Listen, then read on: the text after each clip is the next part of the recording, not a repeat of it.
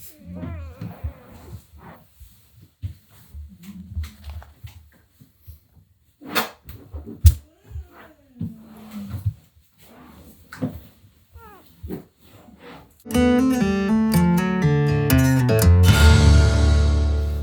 Kat here with Standing Stone Kennels, and we have a new litter of puppies on the ground. Our Muddy Benny litter was just born a couple of days ago, and they're snuggled up in their little whelping box right here.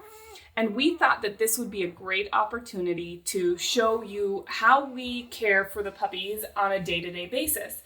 You've gotten a little bit of glimpses into the life of what we do with our puppies via our Instagram channel and our Facebook channel with our stories and our posts, but we wanted to do something a little more in-depth. So today, this morning here, we're going through our morning routine with the puppies. Mama Muddy has had a chance to go out and go potty. We've got her crated for the time being, just for a short while we get puppies taken care of and the whelping box cleaned. The puppies are only a few days old, so we actually go about weighing those puppies on the daily. We weigh them in grams because it's a lot more accurate, and we can really monitor the weight gain of those puppies. So I have my little puppy sheets that I've created with information that I want on here. I have puppy number and then the name, and then whether it was a male or a female, and then I also have weights and when they were born and all of that type of information. So as we go around every day for the first week, we're weighing these puppies. We have a smaller litter with only 4 puppies, so I don't expect these puppies not to be gaining weight, but sometimes that means that mom's not producing enough milk, or we might have another issue going on, and the weight of that puppy is a great way to be able to recognize if there's something going on as soon as possible. With only 4 puppies and Muddy being a huge milk producer, I don't think we're going to have to supplement these little guys, but we have had to supplement puppies in the past. So I'm going to go ahead and start by getting a puppy out and writing down my weights. So I've got my little scale. We're just using a food scale and a little baking dish with a towel in it. Get it turned on. My units are on. I don't know if you can see. Maybe like that, you'll be able to see a little bit better. So we're going to get our first little puppy, Rain, out.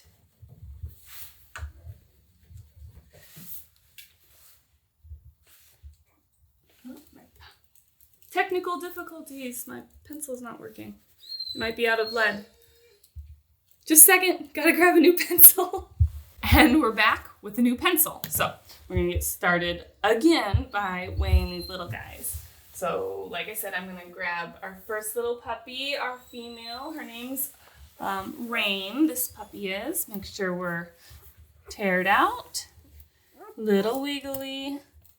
Stop wiggling. Shh. 6. I know, super wiggly. And it's, you guys are nice and strong and healthy. 6:30. Relax, baby.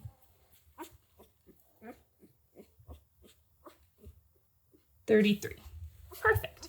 Then we're going to go ahead and move her into a little laundry basket right now while we get weights on the rest of the puppies. Next puppy is our little girl, Sprinkle. Get her settled in. 4:30. Good puppy. So you can see there's quite a size difference between these two puppies. 633 grams to 430 grams.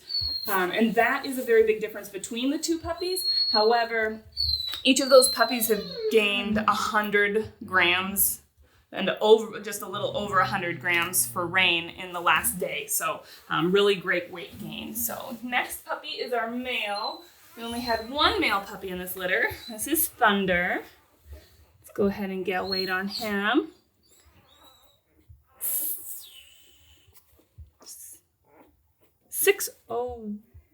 600 grams. 600 grams, buddy.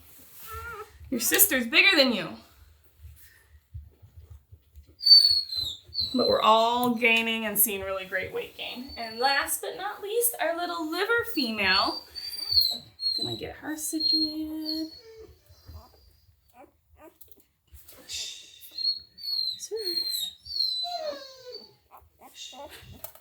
Little squirmy. We'll just help you settle down.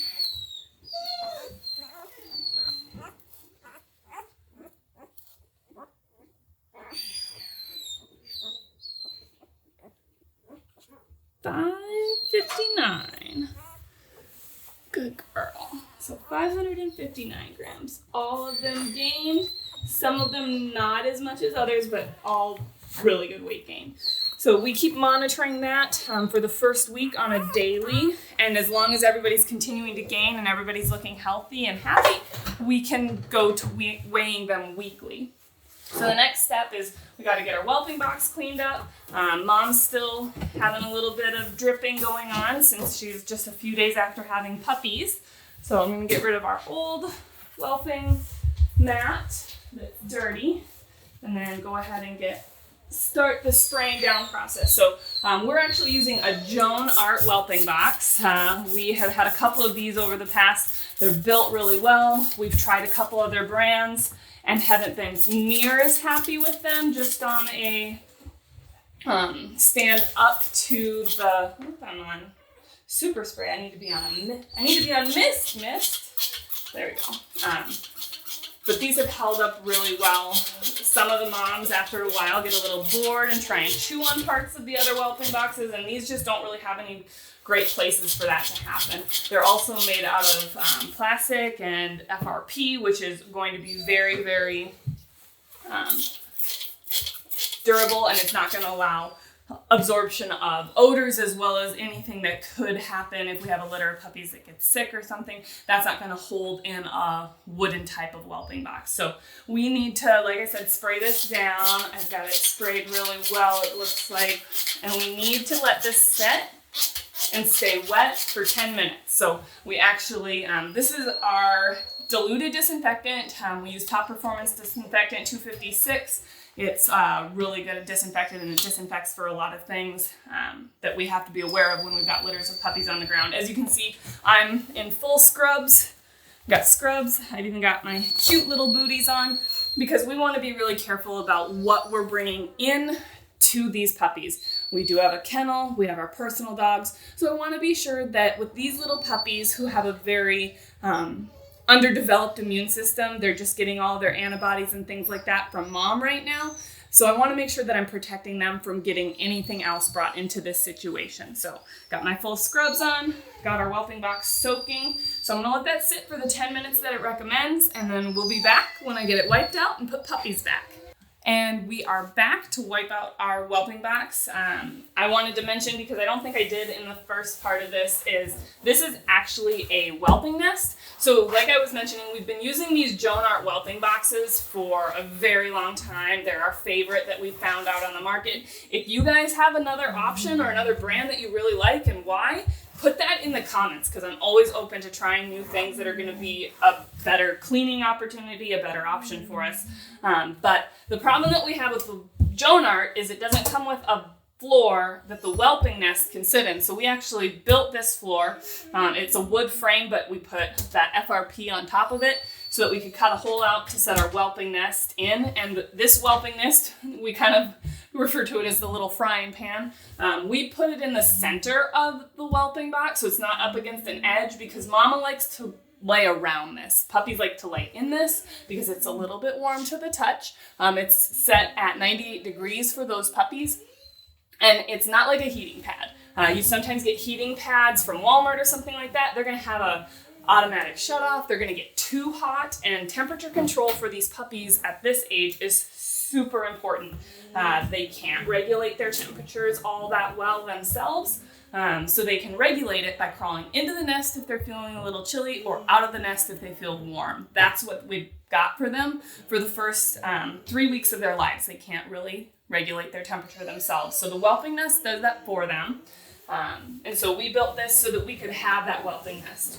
Other people sometimes say, well, we use like heat lamps and things like that hanging down over them. Again, hard to regulate temperature on those, as well as potentially dangerous. Mamas a lot of times get bored and like to try and check things out, and I'd hate for them to pull that down onto a puppy and burn them. So I'm gonna keep this wiping out process done. It's not super fun to watch, so I will be back in a second when I get that finished up. Oh, and I didn't mention, these are we call them pig rails. They are bumpers that can sit up against the edges of the whelping box so that mama doesn't accidentally squish a puppy between her and the side of the box.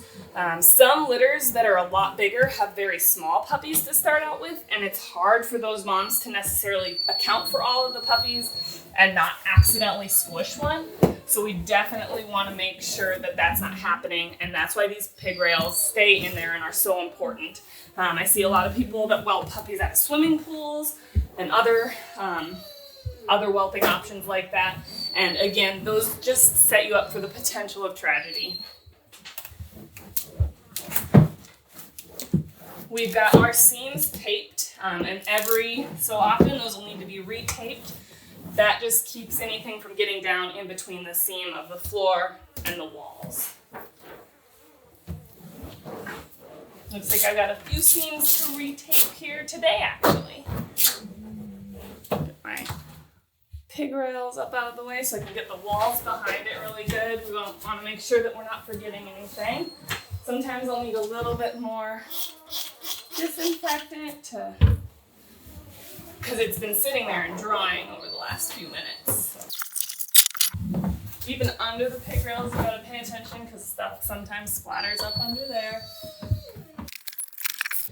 But this FRP really does clean up really nice. Okay,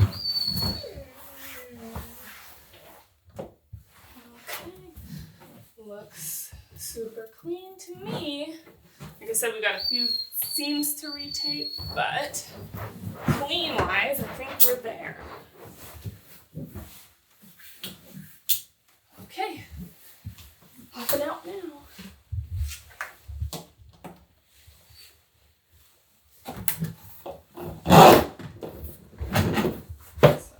Like I said, we were going to have to retape some of those seams, but I'm going to get the puppies back in here because they've already been out of their whelping nest for 10 minutes, plus the time it took me to scrub that. So I want to make sure that they're getting back on that whelping nest really quickly. So when I'm checking over puppies and getting them back in the nest too, I just give them a quick once over, make sure mama didn't step on anybody. Yeah. Moms are really pretty good about being careful of puppies, but accidents can happen and puppy paws and tails can get stepped on, and we definitely don't want that to happen. As you can see, they're really young yet. We haven't even done their tails or dew claws yet, but you'll get an opportunity to see how we do that process as well. Yeah, guys.